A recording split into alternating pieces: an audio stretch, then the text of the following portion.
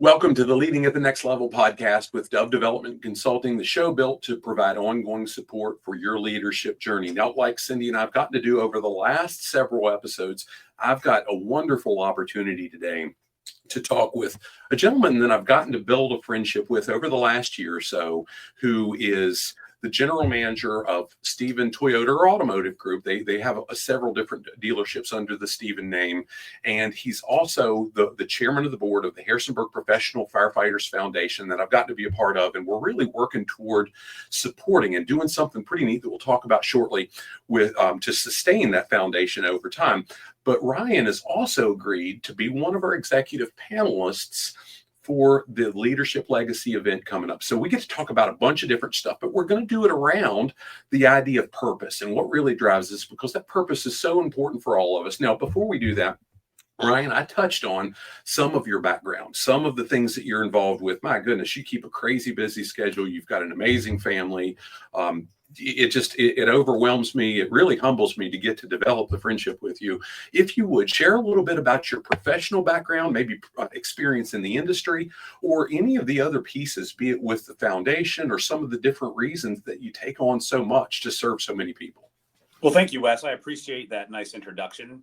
As you mentioned, my name is Ryan Sodikoff. I am the general manager and president of Steven Automotive here in Harrisonburg. We've been here almost 34 years. It's a true family affair, family business. My wife was our HR director. My mom was our receptionist. My brothers and I, we started picking up cigarette butts at a young age. And our joke in the family is that we have evolved to kicking butts. We're doing a great job here in town. There's 10 franchised car dealerships in town, and we have 3 of those 10.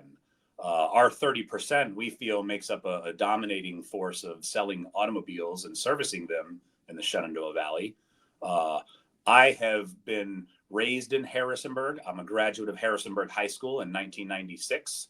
I then moved on to Midland, Michigan, where I went to Northwood University, and I was able to get a bachelor's degree in business administration and automotive marketing. At that point, I moved back to Harrisonburg from Michigan in 2001. And I started in a department that was a weaker department here at the dealership. I was the first finance director that Steven Toyota ever had. I started that in 2001 and worked in that department and in that role until 2012. And it was just at that time for my family to kind of rise up and take over at the dealerships. And at that point, I evolved myself into the general manager position. So I have been in that role and position since April 11th of 2012. We're very proud to be here in Harrisonburg. We're very proud to support everything that happens in Harrisonburg. And that's kind of evolved to one of our taglines of Steven Toyota Loves Harrisonburg. So with all the efforts that you're doing to support the local folks, local businesses, I'm just proud to align with you and roll with you. So thank you for having me. Yeah, it's so much fun. I mean, the reality is, and we'll talk about this more moving forward, it's not just Harrisonburg either. We just talked a few nights ago when we were with the group doing a fundraiser that, guys, you guys have other dealerships across the state of Virginia. I had just been familiar with the ones here because sometimes I'm inside my bubble, right? So it's okay. You're right. We do have what we've called Honey Car. We brought Honey Car into the fold about 5 years ago. Honey Car currently resides in Winchester, Virginia, Roanoke, Virginia, Charlottesville, Virginia, and Richmond, Virginia.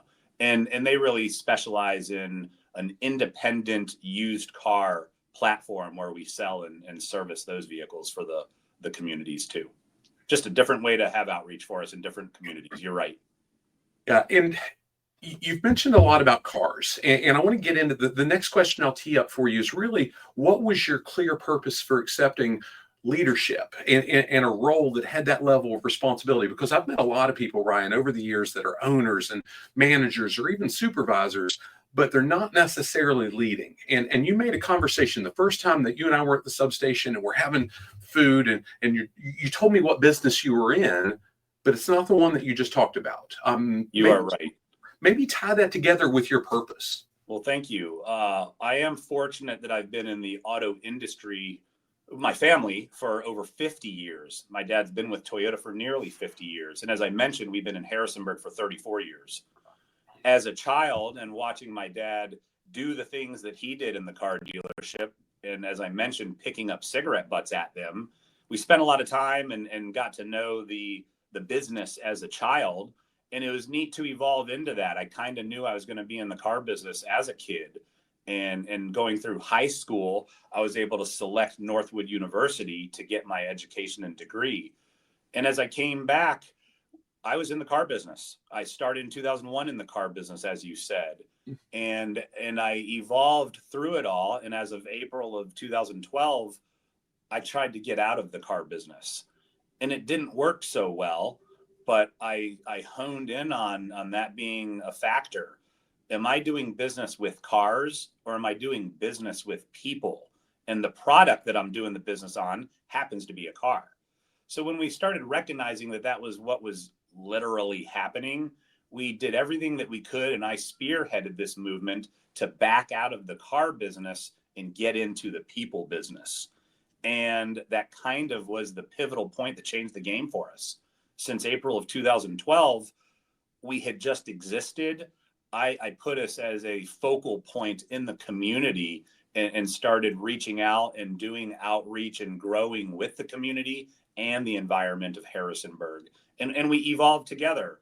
And that kind of, as you alluded to, allowed me to gravitate into different aspects and foundations and associations and boards of directors to align with, to actually put my money where my mouth is, so to speak, and actually do something to help the community, not just sell automobiles to the people in the community.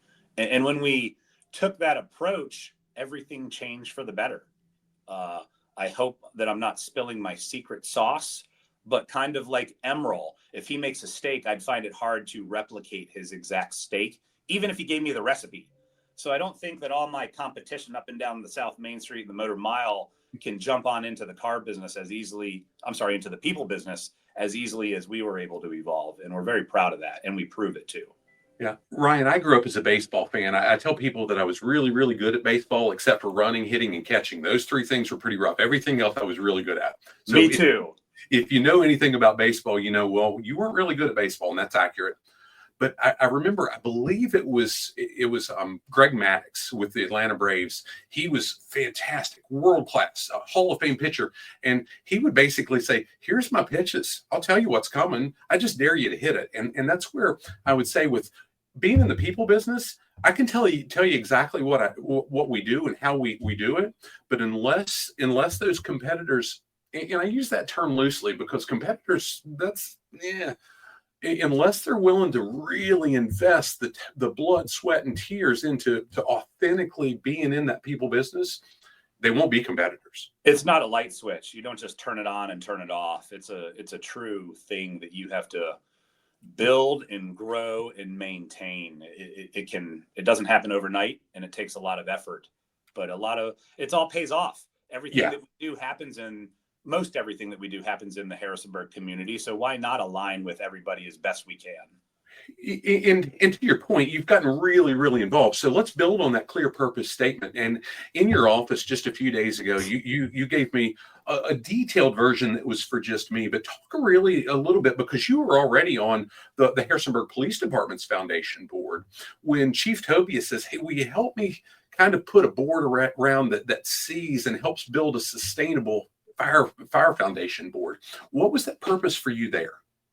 It was really neat. I have been very involved in the Harrisonburg Police Department Foundation. I was one of the original members going back almost 15 years, and it's been quite an evolution. And with our evolution, actions speak louder than words. And it was a small organization, but we did big outreach. And with the outreach in the first responder community, our efforts were recognized and appreciated. And it wasn't anything that I did. I didn't position myself to be an outspoken volunteer, but whatever I did apparently caught Chief Tobia's attention.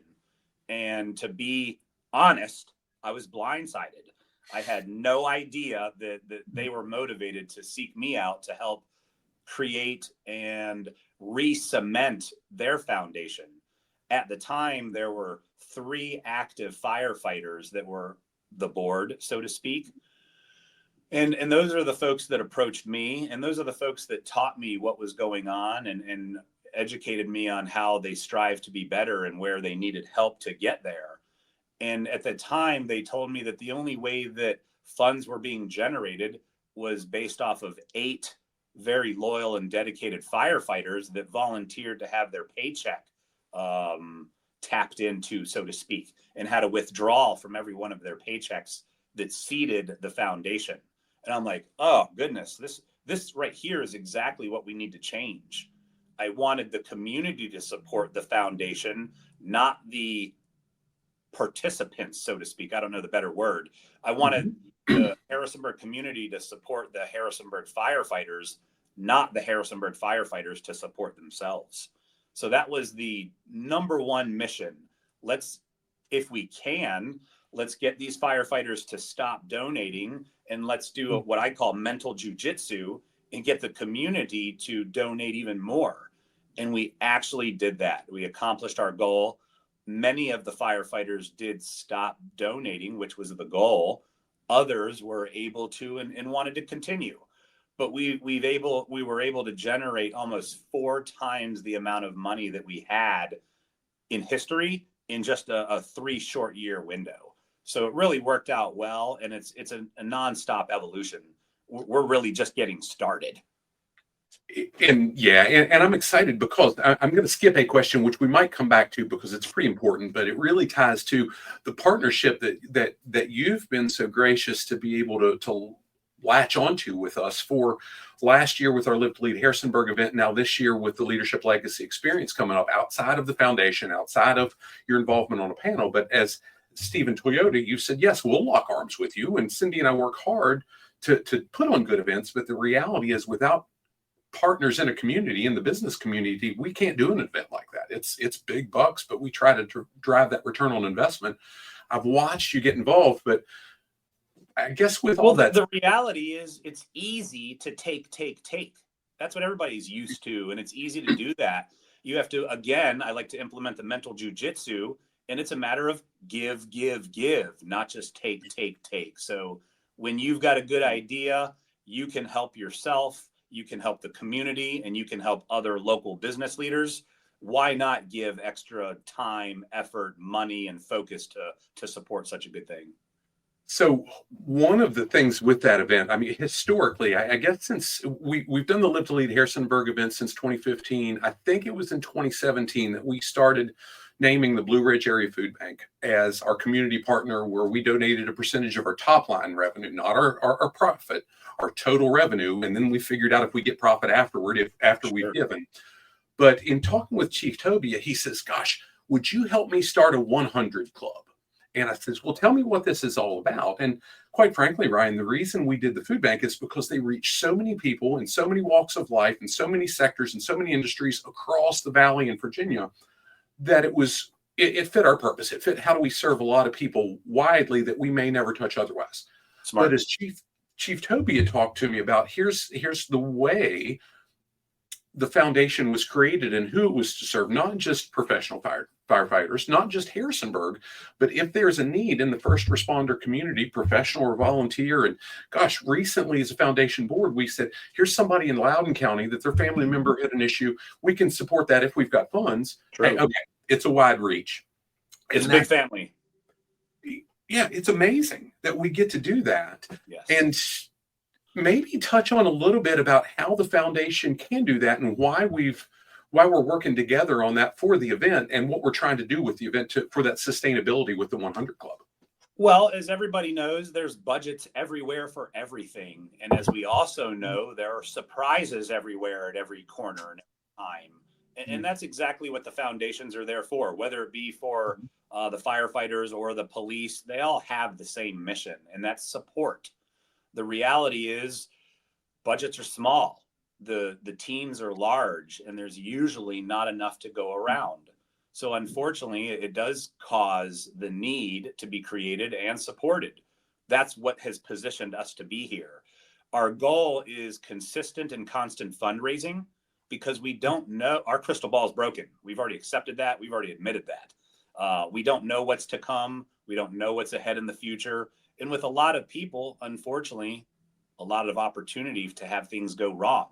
So when they do go wrong and we need support, we need funds, we need people, whatever it may be, it's a lot easier to cut through that red tape and just pivot to the foundation to have immediate response and not have to cut through the red tape. And again, actions speak louder than words. We put our money where our mouth is on a regular basis. And like you said, have supported folks from a mother's wheelchair ramp at their home to a spouse having loss of income and making up the income for a 6-month period to instant cancer claims and needing extra support to move through the immediate needs that they have.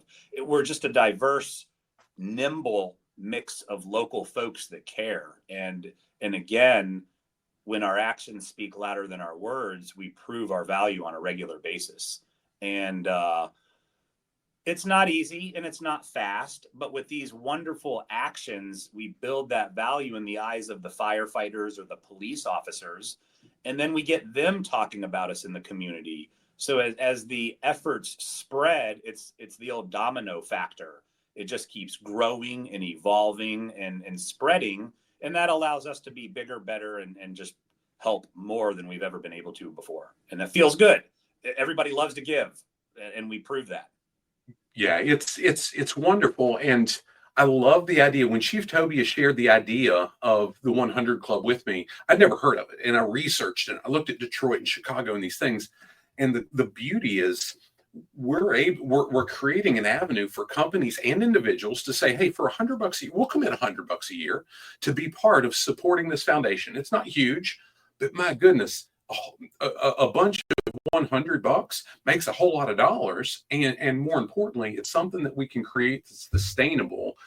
And I'm kind of doing a commercial here for the 100 Club and what we're putting together to start at the event, but moving forward of how we can support when there's a need. We can say, yeah, we can help with that, as opposed to a little bit goes a long way. The reality, and I don't mean to sound ridiculous saying this, but my opinion is every business has $100. Like you said, in Detroit, and they don't have 100 clubs.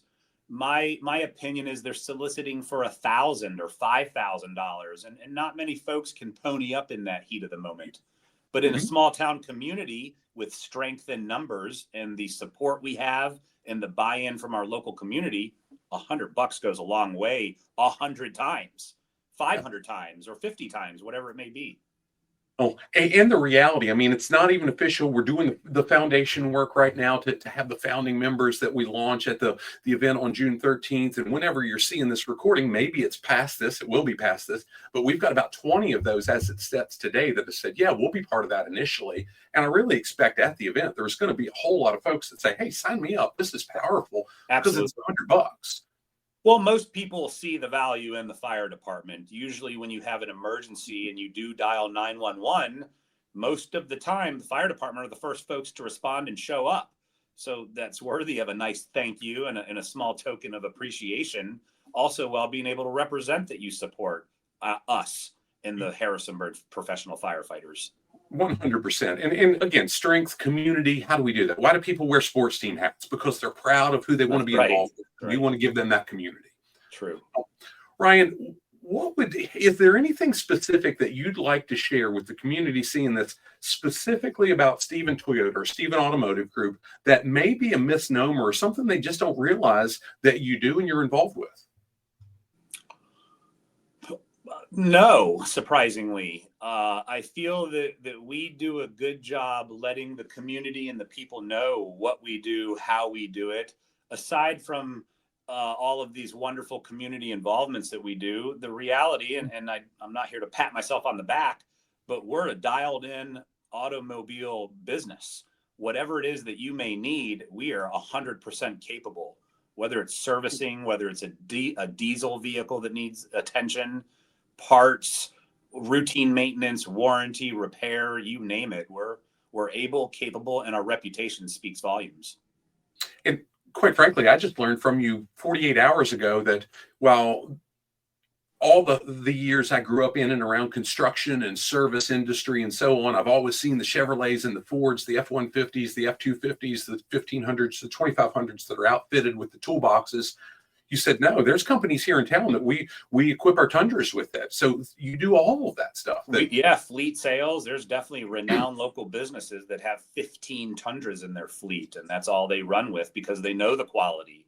They also know they have to pay a little bit more for a Toyota, but that's a short-term loss for a long-term gain when you're not having to replace the vehicle at 100,000 miles or do motor work to it. That adds value, and people see that if they give Toyota the chance. Yeah.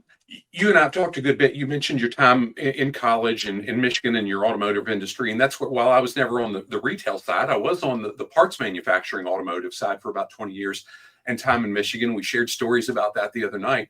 And I was always held accountable to show and return on investment, measurable return. If I had an idea, I better show it in productivity and profitability. And that's exactly what you said with, hey, you might pay for it, but if you can show it, it's a numbers game. Absolutely. Seeing is believing, and it's the facts are out there. That's not my opinion. That's a Toyota having positioned themselves properly throughout the world, fortunately. Yeah, and I shared with you my story of the fella at the University of Michigan about 15, 20 years ago that was like watching the Ferris Bueller, but he put together a pretty good book that both of us are really familiar with in the process. Now, you've done a lot. So the next question I'll tee up for you is, can you share an example of a recent project or campaign that Steven Toyota has really spearheaded to help make an impact in the community or even in your industry that folks probably aren't tracking on? The neat one that hits home is an alliance we created with the Rockingham Harrisonburg SPCA. We've had a 3-month campaign going on with them. And for one, let's hit the problem first. They have a lot of animals, and not all of the animals get adopted regularly. That's just a fact. That probably happens at every SPCA in America or the world. They came to us. They wanted to align with us, and we agreed. And we created Pets of the Week. And we just did a huge, neat campaign aligning us, the SPCA, and Steven Toyota, and we did it on social media. We advertised it. It may have been recognized out there, but I assume the majority of folks didn't know it was happening.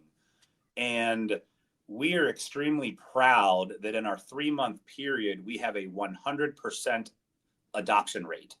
Every animal that we have featured and showcased has become adopted. And don't take my word for it. You can speak with the folks at the SPCA. That's never happened. They don't have that success when they run campaigns normally. So since we've had such huge success getting 100% adoption out of the animals that we had available, we're going to continue the campaign. It was designed to just be, we actually did not know it was going to be so successful. So we said we would do it for 1 or 2 months. We're now in our working towards our 4th month, and we don't have an end in sight. So, wow. So that's has nothing to do with the car business, has everything to do with Harrisonburg and the people. People are the ones that buy pets. This does trigger a human to spend money with the SPCA, and then they walk away with a new family member. So for us to create and be a part of that and prove the success, we do give ourselves pats on the back, and we are proud of that, and we're going to continue. So we put our money where our mouth is, and we prove that we're here to support and do things that we can do to help everywhere. I'm almost in tears hearing that. Cindy and I've had dogs our entire marriage, and our last 3 have been rescue dogs. Love and I've seen your posts, but in transparency, I'm the guy that often, because it's my friends and their company seeing it, I like it, I'll share it or whatever, but maybe I didn't read all the details. I didn't realize that was it. I thought it was employees' pets or customers' pets. That's fantastic, right? So I tried to answer your question as best I could. I figured most folks wouldn't have known that's going on. And to add to it, we have created a pet adoption day. I hate that I do not remember the date, and I'm sorry for that, and I can get it because we just did that in the last 48 hours. but the SPCA will bring all of the animals to Steven Toyota on this particular date. We will be providing a $25 donation on our end towards the cost that you would have to pay. And pardon me again, I don't have it all memorized, but I think for a dog, it's $200. Mm-hmm. Therefore, it would become $175. I think for a cat, it's $100. So then for an owner, it would become a $75 expense to take home a new family member that day. So we're evolving with it and creating more value and more effort and more attempts to continue the 100% adoption rate that we're riding the coattails of right now. That's outstanding. And you're certainly making a difference for the animals. But yeah. I also know the impact you're making on the families' lives, that you're connecting them with that, because gosh, it's just every time we've had to, one of our pets ages and dies, I'm just in tears. I'm this blubbering mess. I mean, it's their family, like you said. So, wow, that's so cool. Thank you for sharing that. I raised an American alligator, and he was my pet. And unfortunately, he passed away back in the day. And I made a casket for him, and I buried him in our backyard, which is still in Harrisonburg. So there's a buried American alligator in somebody's backyard in Harrisonburg. That was my pet. And it was devastating. That's awesome. I just had a vision of a Leave It to Beaver episode in the early season where he and Wally tried to raise an alligator. That's fantastic. It's not fun or easy. I don't recommend that. Oh, no, it wasn't for them either. That's outstanding. So rather than, because it's a family business, because it's natural that you've woven your purpose into Steven Automotive across the sectors and so on and so forth. Talk to me a little bit about what you saw from Chief Tobia and what he shared with you, and even former Chief Shiflett, when he shared the museum and some of the stuff, the purpose you saw there really aligned with you individually, and why you said, hey, I don't have the time, but I'm willing to make the time to help push this cause. The chief, on I'd say 98% of the time, and I'm not singling out Chief Tobia, I'm being general and saying chiefs, they're wonderful people. They're natural leaders. They have taken on a role and a responsibility that's life-threatening, and they take pride, and they want to get the best job done you can imagine. Well, that's one thing to say. It's another thing to see. And like we witnessed the other evening at the Texas Roadhouse, Chief Tobia is quite animated. He's a happy-go-lucky individual that can get out there and kiss babies and shake hands and do the right thing. You can't help but love the guy and want to support the guy and do the things needed to be a good member of society and take care of the chief and what he offers and what he stands for. But you're spot on. It's neat to see them in action. Most people probably don't get to engage with the chief. But when you're just going out to dinner and having a steak at the steakhouse, it's really neat to have seen what Chief Tobia was doing. Almost every individual that walked through the doors, he gave a couple of minute private one-on-one greeting to them. Everybody was extremely receptive. And therefore, as you know, we had a phenomenal turnout and a big success at the Texas Roadhouse. So again, seeing is believing. It's neat to see the chief in action. Like you touched on for retired Chief Shiflett, he had created a museum downtown in the Public Works building. And one of our fire meetings, we all agreed to have that meeting in the museum and go through the tour with Chief Shiflett of whatever it is that he's going to show. And I think it's an hour and a half long meeting. Well, 3 hours later, we were still touring the museum. Mm-hmm. And after it, I recognized two things. I mentally triage what I just experienced. And I recognized, one, there are great items and objects in this museum, and it's neat to look at them. But two, if you do not have Chief Shiflett there to tell you about what you're looking at, you probably won't even know, and you definitely will miss the story.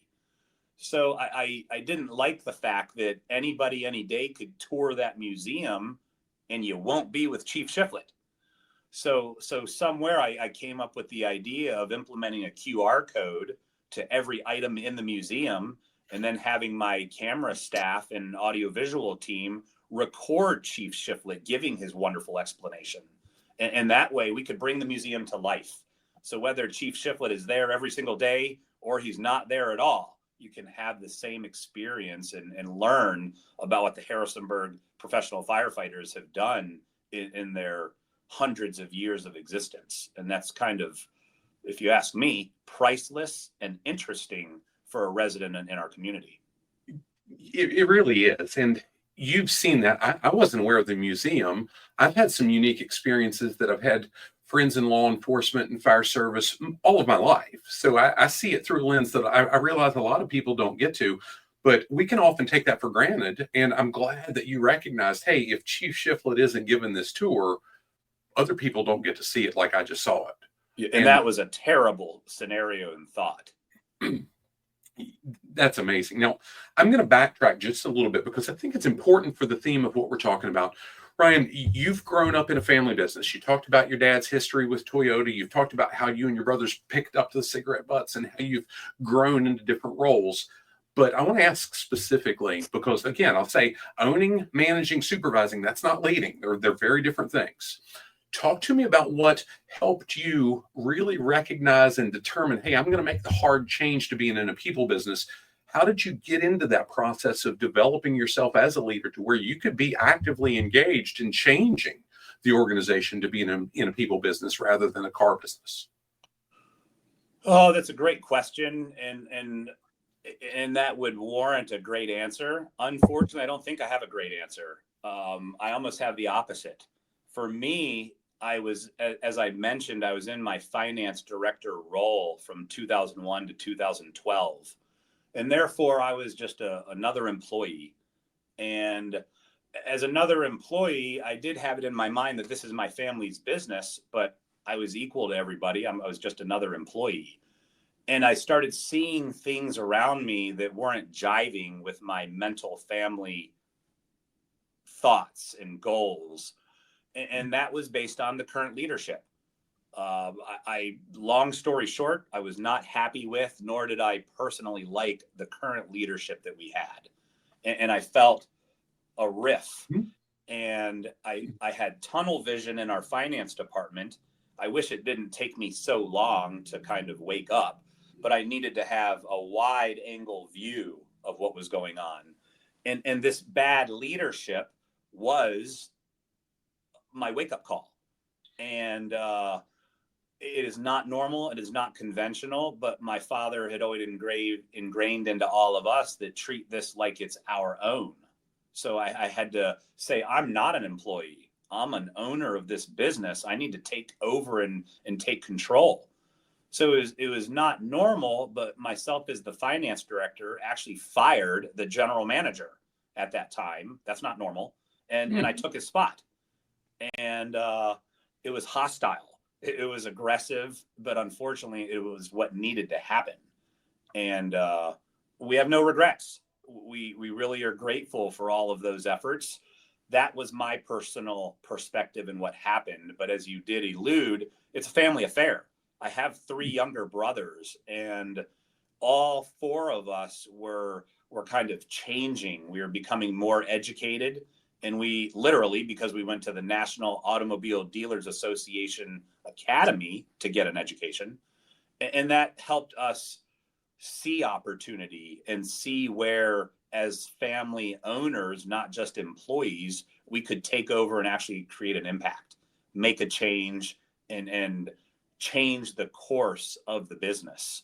And we did dramatically. And we are proud of that for today. Ryan, I told you before we started the recording and the conversation officially on the live setting here, how much I've enjoyed the friendship and getting to know you and how much better you make me through it. That's one of the things. I've studied leadership for the last 25 years. I've studied communication, but in transparency, the biggest and the best lessons have been through seeing great leaders or poor leaders of here's what I should do and here's what I absolutely should not do. Well, you're exactly right. As a leader, you're going to deal with problems, and a whole lot of them. And I did. and I still do, but I deal with every problem the same way. I triage it into 3 categories. Am I doing what I'm doing the right way, the wrong way, or the way I've always done it?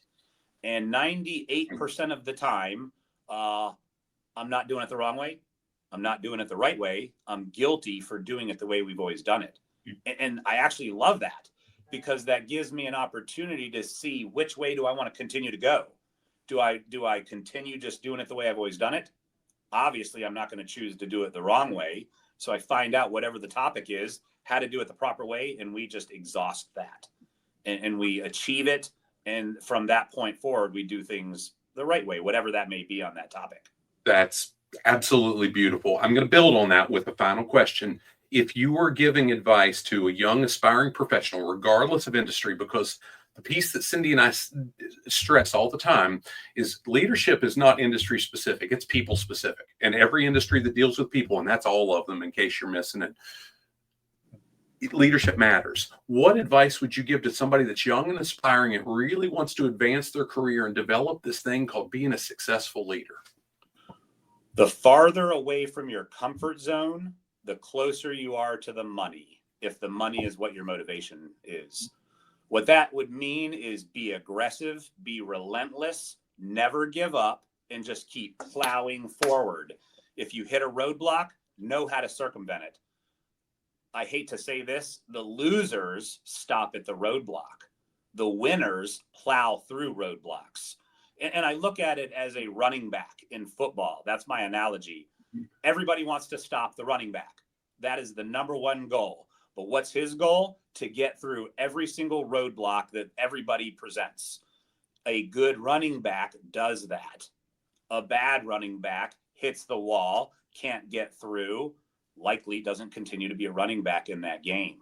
So if you just take a sports analogy and be a running back, plow through it all and get what you want, because it's out there.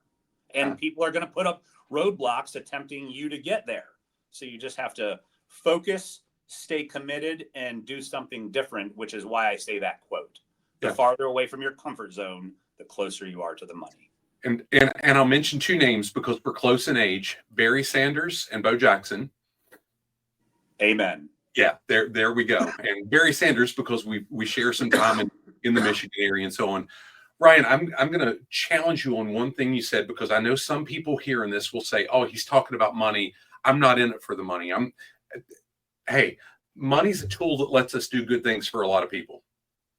And I would say that word, the closer you get to the money, let's change it with the closer you get to the impact you can have on the people you care most about. If that's your concern, please do. I just said my quote the way I've always looked at it, but you're right. As a leader, you have to be smart enough to pivot. You have to be educated enough to know how to take whatever outside circumstance and put it into your world and manage it appropriately. If it's not money that motivates you, whatever that word is, fill in the blank and take advantage of that. Well, I share that. My first book that you've got a copy of, What's Killing Your Profitability, we interact with a number of folks in government and veteran service agencies, and we deal with a lot of nonprofits and so on. And they say, "Hey, we don't measure profitability in our." Hey, you still have to be a good steward of what you've got. Change the words, look at the impact. The way I also look at it, in our foundations and our organizations do great things, but what do? We fundraise. And when we fundraise for the efforts that we're here for, money just is so important to help get past these problems that do present themselves daily. 100%. Ryan, this is wonderful. Thank you.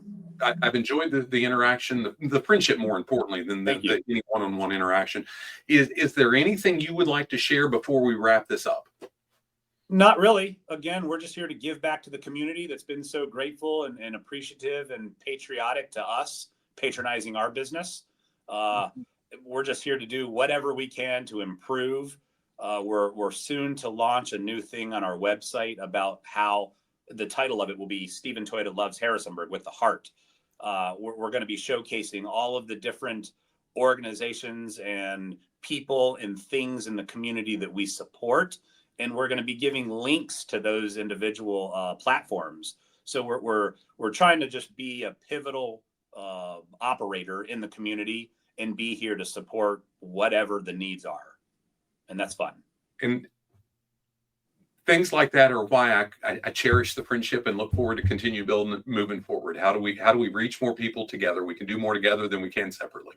We will. That's for sure. So, Ryan, thanks for doing this with me. So Yes. for any of you listening to this, however you're accessing this, we appreciate the time. If you have a need for continuing education, reach out to me and Cindy at admin@dove-development.net, and we'll hook you up with something kind of unique. It's a 45-day all-access trial to a program we've developed called Leading at the Next Level. It's the predecessor or the parent company, if you will, of this podcast and how we're using this. But it's something we created in 2018. There's now over 150 digital lessons. We do new live ones in that platform every month, but all of them are approved for credit through the Human Resource Certification Institute and the Society for Human Resource Management and some other entities as well. But it's really geared for helping support that ongoing leadership journey in a practical, boots on the ground way so you can get a measurable result. Again, thanks, Ryan, for the time. We look forward to having you with us on June 13th for the Leadership Legacy Experience, and appreciate everything you do to serve not just this community, but everybody that you come in contact with. You're amazing. Thank you, Wes. Keep up the good work on your end, too. It's a great partnership. Thanks so much, sir. See you soon. Yes, God sir. bless everyone. Bye-bye.